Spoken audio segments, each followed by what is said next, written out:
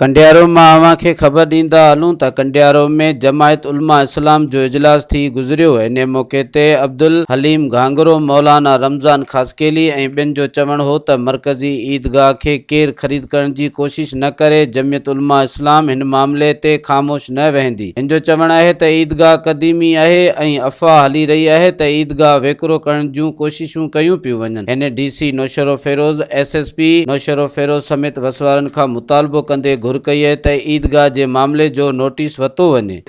दोस्त साथी थिया इन सिलसिले में त जेका असांजे मरकज़ी ईदगाह कंडियारो खे जेका 1968 में वक़ुफ़ थी मिली ही ईदगाह, उहा ईदगाह के दोस्त जेका अंदाज़ो ख़बर पई आहे त इहे ख़रीद करे वठण था चाहिनि। हिते उन्हनि जा मनसूबा ग़लति प्रोग्राम आहिनि।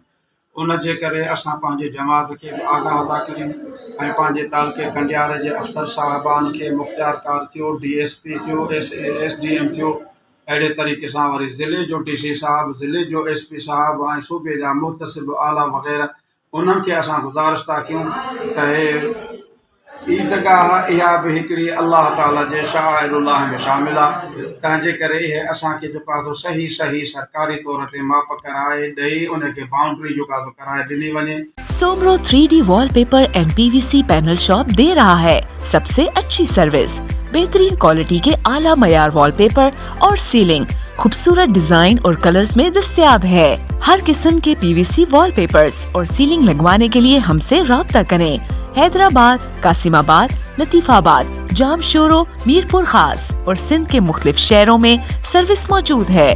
Soomro 3D wallpaper and PVC panel. राब्ता नंबर रंजन अली सोमरो 0333 370 2516, व्हाट्सएप 0333 370 7886।